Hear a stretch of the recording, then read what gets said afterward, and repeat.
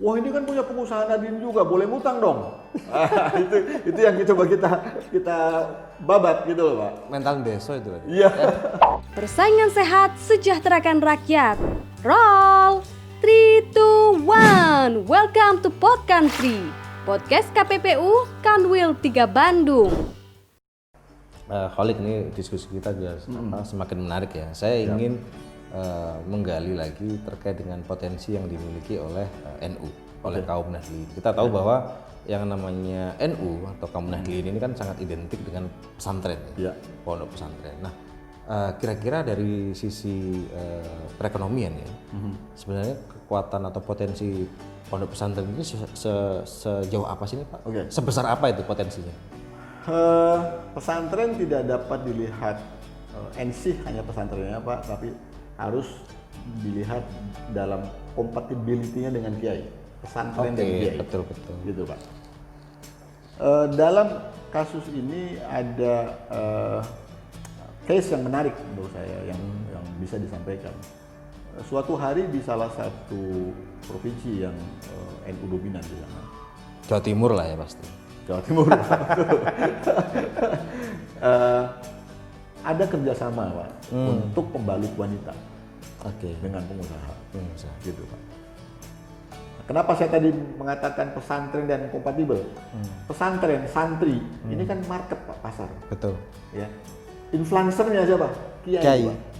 Kan gitu Pak. Betul. Atau dalam bahasa perusahaannya pemasaran yang canggihnya ini kan Pak Kiai ini Pak. Jadi pengusaha ini karena canggih, pengusaha pembalut wanita ini digandeng lah Pak Kiai itu untuk memasarkan pembalut wanita gitu Pak. Berkembang bagus Pak. Terlebih ditambahi dengan dalil-dalil yang menguatkan, gitu loh Pak. Pak Kiai, ada juga ya. Pak Kiai kan banyak Pak koleksi dalilnya kan. Koleksi. Ya, saya kan nggak tahu gitu. Iya. Akhirnya semua santriwati itu tidak menggunakan produk lain selain daripada produk itu. Gitu Pak, berkembang nggak tuh pasarnya Pak? Cuman kebetulan partner pengusaha ini partner pengusaha yang greedy lah kalau saya bilang. Serakah. Begitu melihat ini berkembang, di-trick Pak. Di-trick, dibuatlah second brand. Dibuatlah paket-paket yang berbeda dengan harapan pengusaha ini supaya nanti tidak tergantung sama Pak Kiai tadi. Pak Kiai ini, kan gitu kan Pak. Nah, akhirnya rusaklah itu bisnisnya. Gitu. Case kedua yang ingin saya sampaikan pada Bapak adalah beberapa waktu yang lalu pernah disorot oleh TV nasional pada waktu itu kalau nggak salah masih zaman Orde Baru, zaman Pak Harto ya. Disorot oleh TV nasional kiai-kiai besar makan mie pakai saus gitu. Karena pada waktu itu ada rush yang mengatakan bahwa produk tersebut memiliki kandungan babi. Dibuanglah itu semua produk itu oleh santri. Santri itu kan makanannya nggak jauh dari mie, saus, kecap Pak, nggak jauh dari situ kan Pak, kan gitu. Jarang lah makan steak gitu. dulu. Sekarang kan. Sekarang mungkin ayam panggang gitu Pak ya. Iya. Nah, akhirnya ada itu gambar Pak Kiai makan itu mie. Gambar Pak Kiai itu. Nah, kalau Bapak bertanya apa sih potensi pesantren? Kira-kira itu menurut saya menggambarkan tuh Pak. Konsumen ya? Sebagai konsumen. Nah, tapi yang sering saya katakan di lingkungan Nahdliyin adalah kita ini sebaiknya tidak menjadi konsumen yang geleman gitu loh Pak. Kalau saya umpamakan seorang gadis, geleman itu mudah ya, mauan gitu loh, gampang dirayu gitu loh. Tidak memiliki bargain position. Tidak jaim maksudnya. Gitu Pak. Jadi harus jaim ya? Harus jaim gitu loh Pak. Sehingga misalnya sebagai contoh Pak, kalau kita jaim dan kita ini dipandang sebagai pasar yang besar, tapi tidak hanya dipandang pasarnya doang, kita sesungguhnya bisa mendrive para produsen, para penjual untuk juga mengakomodir kebutuhan. Sebagai contoh Pak, sekarang ini ada beberapa mall yang musolanya bagus, Kan gitu Pak. Betul.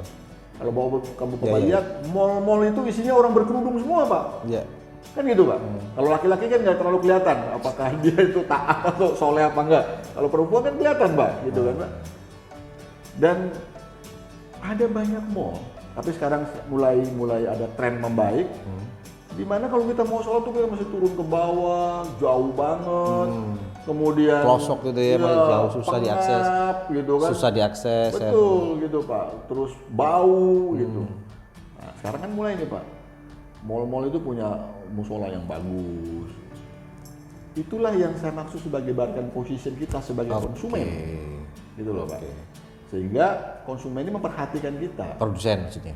Produsen memperhatikan kita sebagai konsumen gitu. Kemudian kita lihat lagi Pak, misalnya sertifikasi halal, masakan halal, gitu kan. Kalau kita ini dipandang sebagai konsumen yang berharga yang punya kepribadian, quote unquote, mestinya franchise itu berlomba-lomba mempunyai stempel halal kan Pak? Harusnya kan gitu kan. Nah, tetapi karena kita ini konsumen yang geleman gitu loh Pak, ya kan, yang gampang dirayu, wah ini makanannya enak, modern dan lain-lain. Datanglah kita itu nggak tanpa peduli ini punya cap halal apa enggak, tanpa peduli dia punya musola yang bagus apa enggak gitu. Mengakibatkan kepentingan kita di publik terkorbankan gitu loh. Terutama dalam menjalankan ibadah agama. Bahwa bayangin kalau kita lagi asik di mall, misalnya terus mau Masuk waktu sholat gitu kan, aduh jauh sholatnya, udah nanti aja deh di kodok. Di kosor gitu kan. Akhirnya kan kita jadi tidak menjalankan perintah agama dengan baik gitu kan. Nah, yang kita ingin adalah oke, kita dalam posisi sebagai pasar nih, tapi pasar yang consolidated, yang terkonsolidasi dengan baik, sehingga kita punya bargain position terhadap produsen maupun terhadap pelaku usaha. Karena sebagai contoh Pak, kita produsen minyak sawit terbesar di dunia. Punya power apa kita terhadap pasar di masyarakat ekonomi Eropa?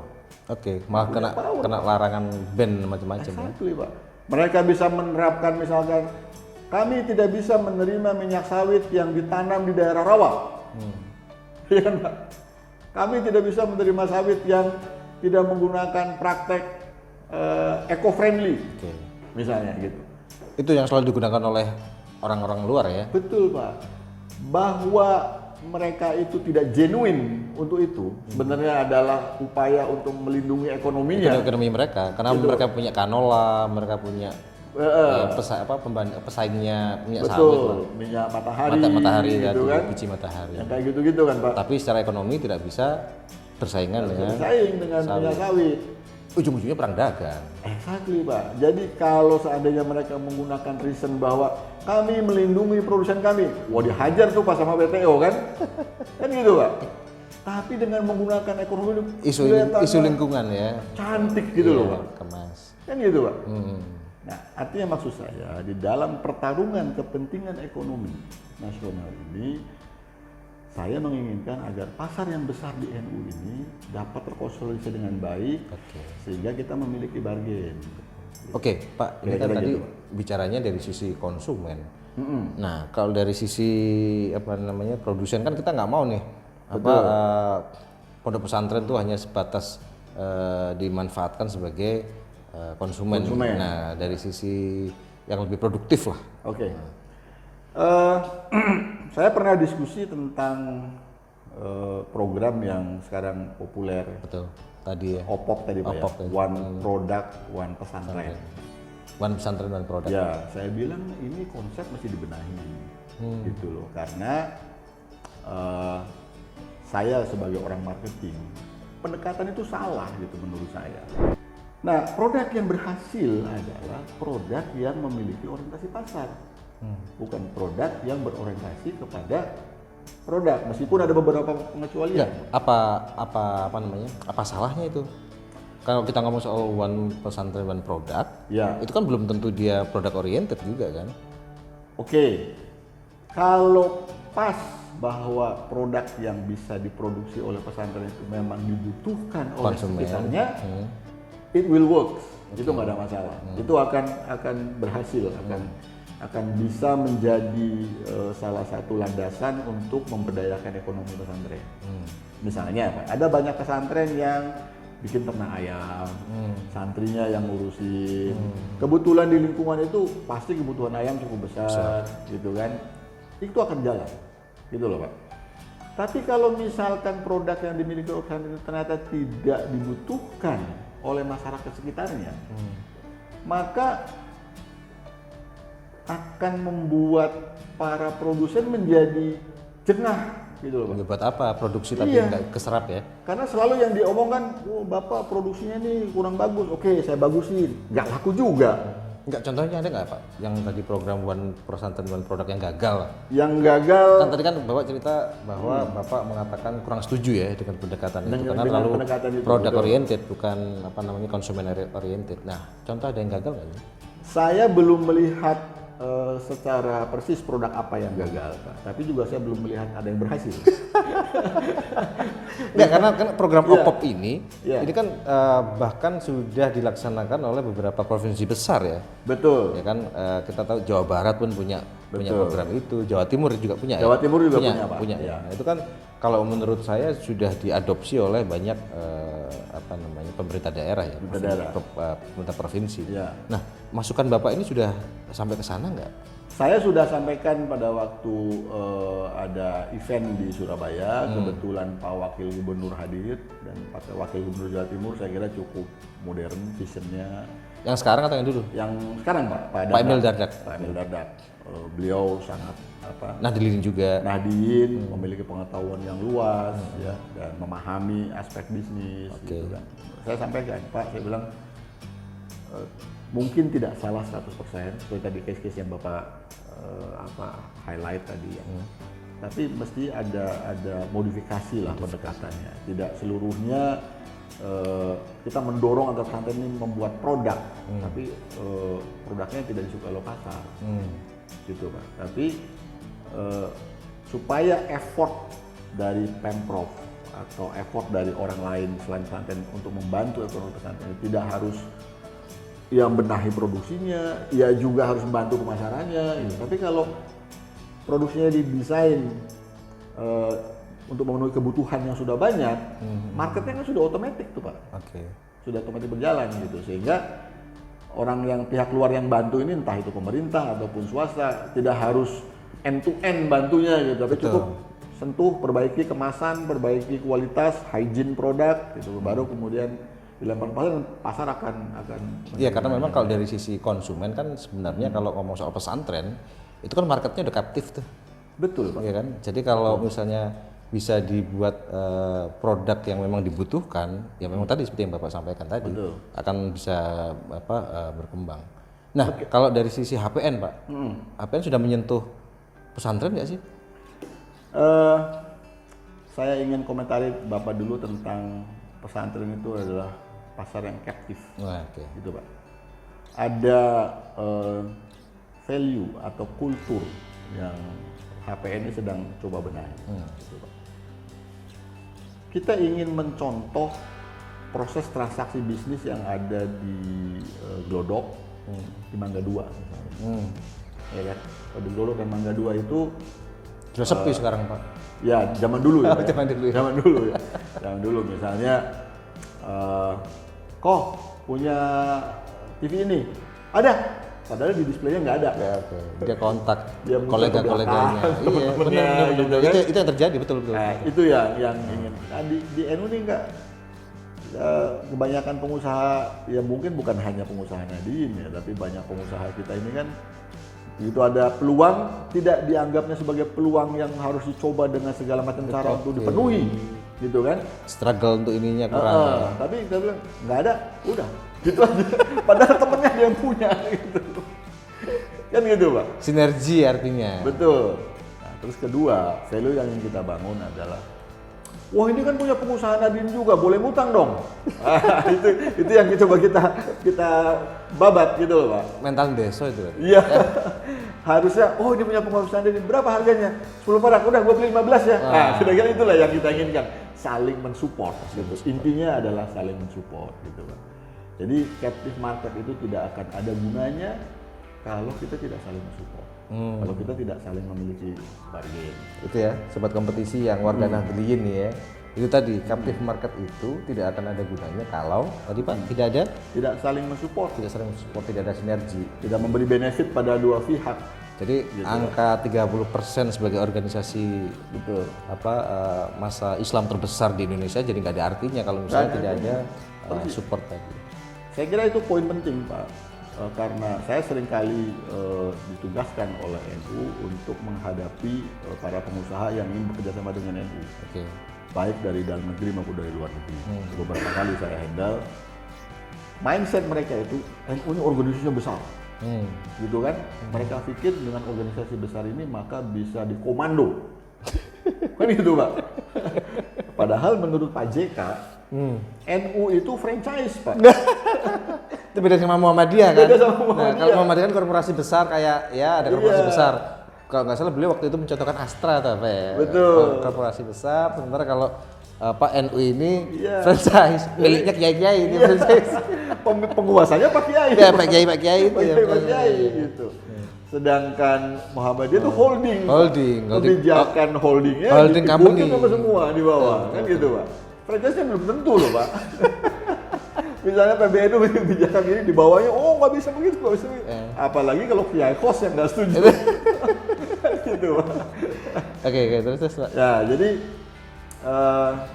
dalam konteks itu yang kita coba lakukan terhadap potensi pesantren ini adalah nomor satu Pak, bagaimana agar kebutuhan pesantren dipenuhi oleh kita sendiri dulu. Gitu loh Pak. Saya ambil contoh makanan pokok, beras. Beras itu diproduksi oleh Kerawang, masuk ke pasar induk, dibeli oleh orang NU. Segitiga kan Pak. Oke. Naik, turun lagi. Kenapa nggak Kerawang langsung ke orang NU aja? Gitu loh Pak. Itu tadi mungkin karena nanti kita tunggu apps-nya Pak. Nah, itu dia Pak. Jadi value kesadaran akan value chain dan bagaimana memperpendek rantai. Oke. Itu sedang kita coba benahi Pak oleh di HPN. Seperti misalnya dengan teman-teman di Kerawang ya. Di sana yang modern lebih banyak main di steelworks, di fabrikasi barang-barang besi lah gitu ya. Tapi juga di sana banyak petani beras Pak. Nah, petani berasnya itu sebenarnya cukup kreatif mereka. Ada yang menggunakan organik, ada yang nanam. Itu masih miliknya petani atau sudah milik korporasi Pak? Miliknya petani Pak. Petani ya? Miliknya petani. Kemudian ada yang nanam beras Jepang gitu loh Pak. Nah, coba kita bangun. Cuman sekali lagi Pak, kultur bisnis di kalangan Nahdliyin ini kan belum dihayati betul. Maksud saya begini, bisnis itu pada intinya kan bagaimana kita memberikan harga yang atau value yang fair kepada customer, kan gitu Pak. Jadi misalnya saya beli harga barang 10 perak, maka saya harus memperoleh value 10 perak. Oke. Kan gitu Pak. Nah, teman-teman NU ini kan, ya aku bisanya produksi kayak begini. Itu tadi Pak, pendekatan produk tadi Pak. Aku bisa cuma produksi kayak begini nih, nggak bisa diimprove. Nah, itu mungkin contoh jawaban Bapak tadi. Betul. Jadi pada waktu saya mencoba menggarap beras di Kerawang, begitu dikirim ke sini, kelembabannya nggak bagus, sehingga kemudian harganya jatuh, tengik, ya kan berjamur, gitu loh Pak. Meskipun kemasannya udah oke, udah bagus, gitu loh Pak. Tapi prinsip bagaimana membuat produk yang konsisten dari segi kualitas ini juga masih perlu diimprove gitu. Tapi yang saya merasa bersyukur adalah dengan interaksi ini, mungkin kita saling merugikan, tapi lalu kemudian kita saling belajar gitu loh. Maksudnya gimana Pak? Saling merugikan tapi? Artinya gini, saya ini bela-belain beli beras NU, tapi kalau aku dapat beras yang apek kan rugi saya Pak. Gitu kan Pak? Iya. Tapi kalau dengan kemudian dari kasus itu, saya ngasih tahu kepada mereka, ini mesti jangan begini, lalu ada learning process. Kan gitu Pak. Kalau saya dengar kan banyak pengusaha muda, teman-teman Tionghoa itu kan melalui proses jatuh bangun seperti itu Pak. Trial and error Ya, juga. misalkan dikasih modal 1 miliar, kasih dulu 300 juta. jalan nggak? Jatuh, kasih lagi. Ini yang kedua ya, nggak boleh jatuh lagi nih. Jatuh lagi juga, paksa kasih lagi yang ketiga, gitu Pak. Karena banyak judgement di dalam bisnis sejauh pengalaman saya, itu nggak bisa dipelajari dari buku Pak. Nggak punya textbook lah. Iya, feeling, judgement gitu kan, ngeliat orang Insting gitu Pak. Itu dibangun dengan experience Pak. Betul. Ya, kemudian penghayatan terhadap sesuatu. Sebagai contoh Pak, saya dulu kuliah magister manajemen Pak.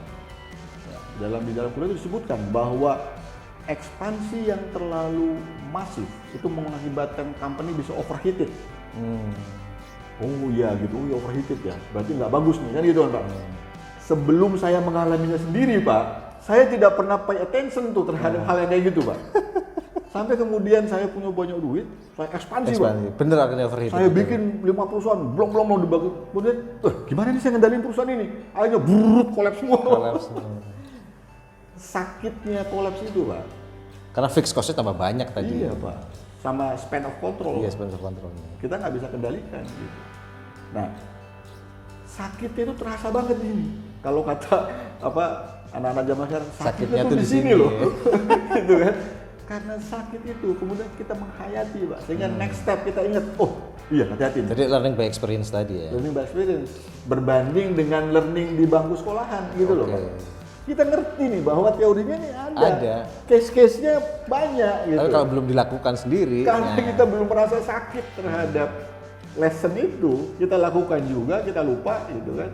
Begitu sakit, oh iya bener, jangan diulangin deh. Nah hal-hal kayak gitu Pak, hanya bisa dipelajari dengan interaksi, dengan berkomunikasi, dengan bersilaturahmi bisnis, kita saling mengajari, kita saling. Itulah esensi HPN Pak, peran HPN. Mungkin kita belum bisa membantu modal, belum bisa membantu. Enggak, itu Pak yang tadi yang belum dijawab tuntas itu yang terkait dengan pesantren tadi. Bagaimana kemudian HPN ini relasinya itu dengan pesantren ini sejauh apa? Maksudnya apa yang sudah dibangun atau yang akan dibangun oleh HPN terhadap relasinya dengan pesantren? Karena kita tahu nih backbone-nya NU ini kan salah satunya kan kalau kita ngomong backbone itu kan pesantren. Ya. Karena HPN ini organisasi entrepreneur Pak, memang kita tidak menyentuh langsung pesantrennya, tapi kita menyentuh pengusaha-pengusaha yang berasal dari pesantren, gitu Pak. Jadi tidak secara institusional ya Pak? Iya, jadi secara institusional kita ingin itu dikelola oleh teman-teman pengusaha yang jadi anggota kita. Jadi ranah kita adalah bagaimana membina entrepreneur ini agar dia bisa dibanggakan menjadi role model dari pesantren. Dan sekarang kan mulai banyak Pak tumbuh pesantren yang mengutamakan ekonomi dan bisnis. Mulai banyak kayak salah satunya misalnya yang dimiliki oleh mantan Sekjen PBNU dari Marsudi Sud, itu kan pesantren ekonomi dan entrepreneur gitu. Lalu kemudian di Indramayu mulai ada, di Magelang yang dimiliki oleh Gus Yusuf Kudori juga mulai mengajarkan entrepreneurship gitu. Saya kira menurut saya ini cikal bakal yang sangat baik untuk mendorong bagaimana alumni pesantren itu tidak hanya berpikiran menjadi kiai atau menjadi pendakwa, guru agama, ya lalu memperoleh pendapatan dari amplop, kan gitu Pak. Tetapi juga berdakwah sambil memberi sesuatu kepada komunitas. Dan itulah sebenarnya esensi keberhasilannya NU Pak. Karena kiai-kiai itu dulu membangun sesuatu itu bukan taking dari society, tapi giving to society. Kan gitu Pak? Betul. Kenapa pesantren itu dulu banyak dipilih untuk sekolah? Karena banyak orang yang tidak bisa membayar SPP ke sekolah negeri. Gue bisa nunut sama Pak Kiai, ini saya nitip anak saya tapi aku nggak bisa bayar. Oh anjing, monggo, kan gitu Pak. Kan banyak tuh Pak pesantren yang tumbuh di pedesaan seperti itu. Meskipun sekarang juga sudah banyak pesantren yang modern berbasis kepada sistem internasional biaya, malah internasional, standarnya udah lumayan bagus. Tetapi jangan lupa bahwa cikal bakal dari keberhasilan itu memberikan sesuatu kepada kita memberikan sesuatu kepada society instead of kita mengambil sesuatu dari society gitu. Betul. Nah konsep ini yang sebenarnya menurut saya bagi ilmu entrepreneur modern sulit Pak dimengerti. Kayak ini kan Enggak, sebenarnya tapi kan sebenarnya banyak juga yang sekarang lagi tren itu kan ilmu sedekah. iya Ya, betul kan? Pak. Katanya kalau ngasih 1 Yes. dapatnya 10, Yes. ngasih 10 dapatnya 100 gitu. Bagi pengusaha yang tidak tumbuh dalam lingkungan agama, Pak, dia mikir gimana justifikasinya memberi makin banyak, memperoleh makin banyak, kan gitu Pak, iya kan Pak? Iya. Tetapi sesungguhnya kalau kita dalami lebih lanjut Pak, itu betul Pak. Sebagai contoh nih misalnya, saya berteman sama bapak nih, ya kan, Pak kita makan bakso ya, makan bakso yuk Pak, ya udah makan bakso. Bapak makan bakso sama es jeruk. Terus suatu hari Bapak traktir saya juga makan bakso. Terus Bapak bilang, kemarin kan gue di traktir lu cuma makan bakso sama jeruk doang. Kok sekarang gue cuma boleh makan bakso doang sih? Iya kan? Kira-kira apa komentar saya Pak? Kok lu hitung-hitungan sih? Bener nggak Pak? Bener. Iya kan Pak? Oke, Pak Abdul Khalik, diskusi kita sudah cukup panjang ya. Banyak hal-hal menarik yang sudah disampaikan oleh Pak Abdul Khalik. Insight-nya, pengalaman-pengalaman, harapannya, bahkan ambisinya ya. Sobat kompetisi tadi perlu kita catat ya. Bahkan kita tunggu nanti gebrakannya yang soal super apps tadi. Oke, mungkin Pak Abdul Khalik bisa diberikan semacam closing statement untuk sobat kompetisi kita. Oke, para pengusaha Nahdien ini bukan anti kompetisi. Karena kita juga tidak ingin diberikan privilege dan kita memahami bahwa privilege yang tidak berdasarkan kepada kompetisi yang sehat itu adalah racun. Karena bukan menghasilkan kita semakin berkembang, tapi kita akan menjadi manja dan kita kemudian kalah dalam persaingan.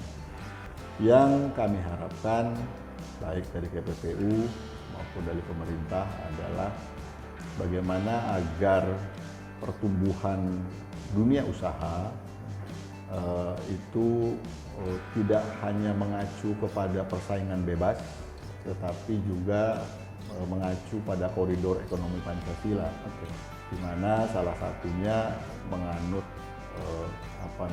azas persaingan yang sehat dan adil. Kemudian juga pemerataan kesejahteraan juga seharusnya menjadi concern kita bersama. Karena kalau dibiarkan kompetisi liberal, maka sudah pasti penguasaan aset ekonomi bangsa ini hanya akan berada pada segelintir orang dan itu akan bisa menjadi bahaya laten dalam kehidupan berbangsa dan bernegara. Mungkin barangkali itu harapan kami. Oke, terima kasih Pak Abdul Khalik. Demikian Sobat Kompetisi, pemirsa Pod Country, podcast KPPU Kantor Wilayah 3 Bandung, dimanapun Anda berada. Diskusi yang menarik antara kami dengan Pak Abdul Khalik, beliau adalah Ketua Umum Himpunan Pengusaha Nahdien. Harapannya adalah agar ekonomi di Indonesia ini juga tidak dinikmati oleh segelintir orang atau pelaku usaha, tapi juga merata dinikmati oleh pelaku usaha lain.